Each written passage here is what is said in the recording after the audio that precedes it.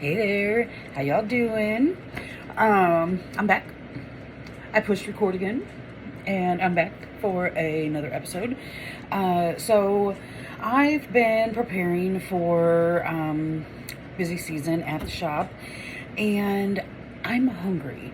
And what I realized is I didn't really grocery shop for anything other than the cakes and goodies that I was making. So I'm gonna make it work. Welcome back to the Making It Work kitchen.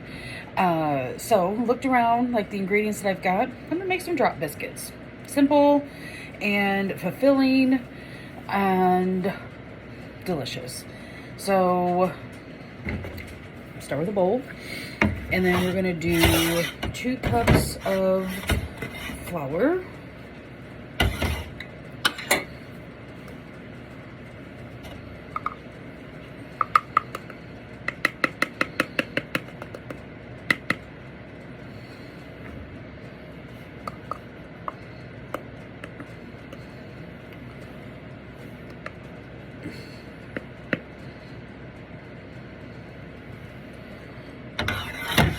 2 cups of flour in the bowl. And then we're gonna do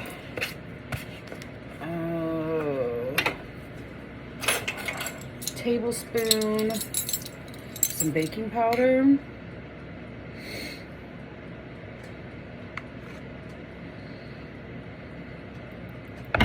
that in, and then we're gonna do a few teaspoons of white sugar.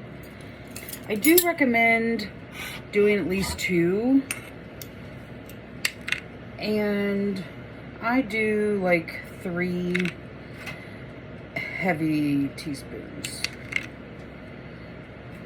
of the sugar. I like fried biscuits a little bit sweeter.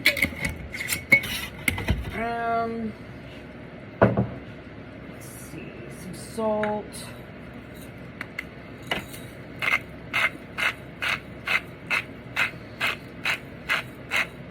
About that much, about a 1/4 teaspoon. Because of the sugar, extra sugar that I add, I do like to also add a little bit extra salt. And let's see here. Oh.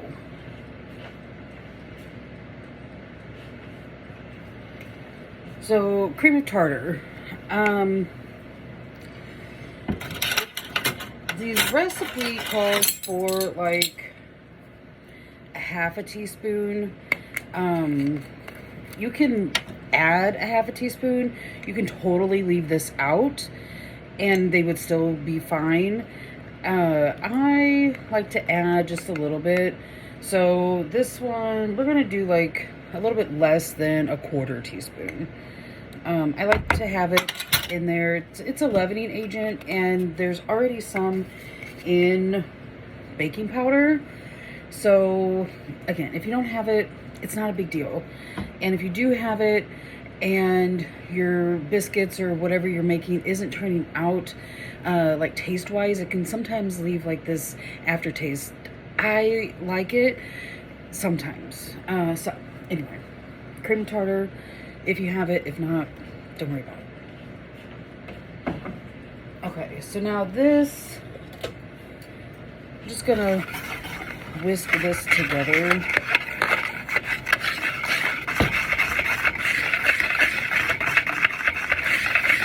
Get all the dry ingredients mixed up well.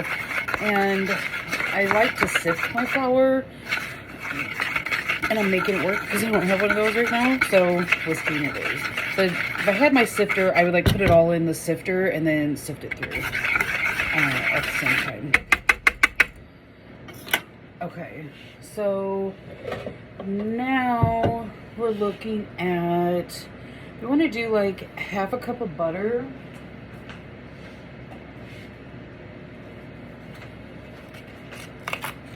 So this is room temperature butter.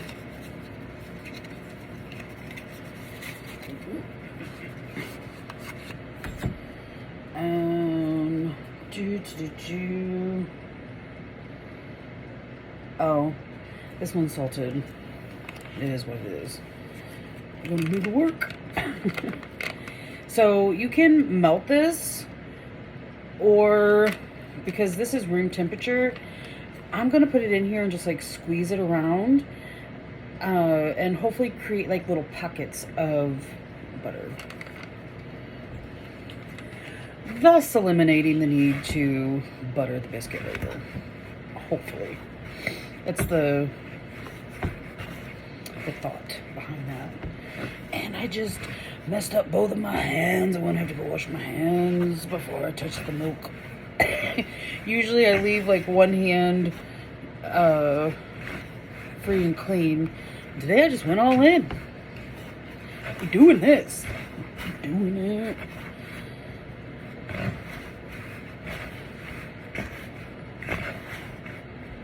Okay, I don't want to like overwork it. Let me wash my hands. Hold on.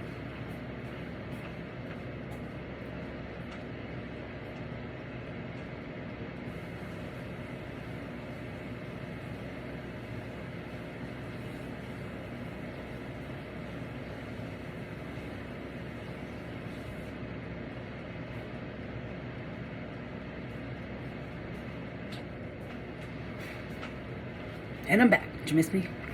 Okay, so this is what it looks like at this point. You can see like it's flaky in there.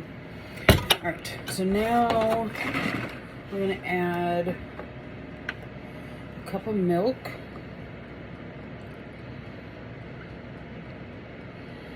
Whatever milk you want to use. Right now I've got whole milk. You could probably use plant-based milk if you wanted. It really just needs to be some liquid. And then we're just gonna stir to combine.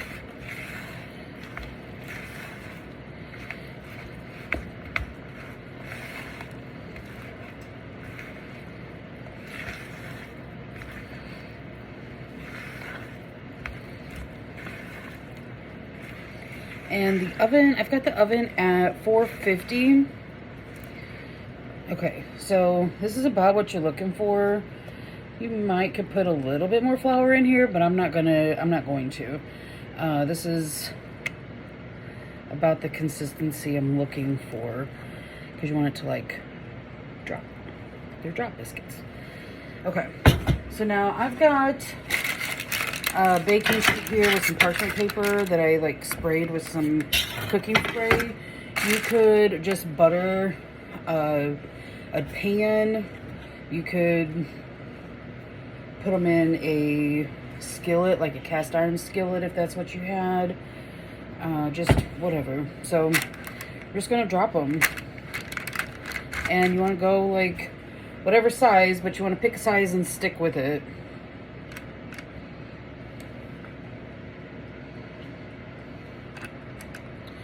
For even cooking purposes.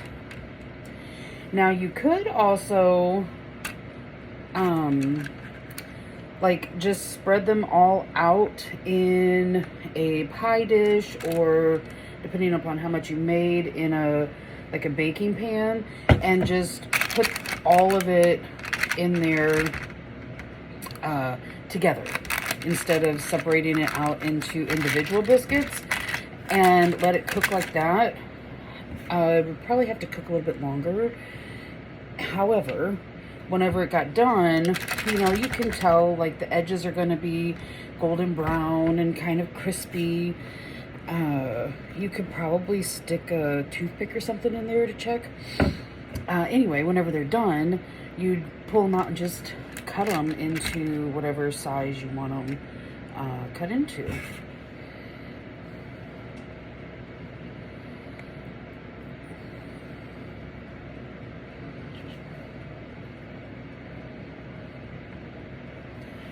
Alright, so this is what they look like right now. Let me put this up here so you can see them. I think you can see them better this way. Okay.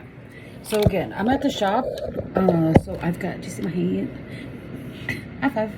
So I'm at the shop, so I've got my toaster oven. So I've got my oven set at like I don't know, 425, 430.